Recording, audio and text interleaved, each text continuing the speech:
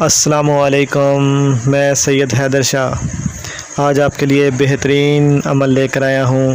جو میری بہنیں پریشان ہیں کہ ان کو حمل کے دوران خون جاری ہو گیا ہے، تو ان کو چاہیے کہ ایک سرخ رنگ کا دھاگا لے لیں، حاملہ کے قد کے برابر، یعنی پاؤں کے انگوٹھے سے لے کر سر تک ناپ کر اس پر 7 بار اس اسم مبارکہ کلمہ طیبہ کو دم کریں اور ہر مرتبہ گرہ لگاتے جائیں، اور یہ دھاگا جو سا ہے حاملہ عورت کی کمر میں باندھ دیں۔ انشاءاللہ حمل برقرار رہے گا۔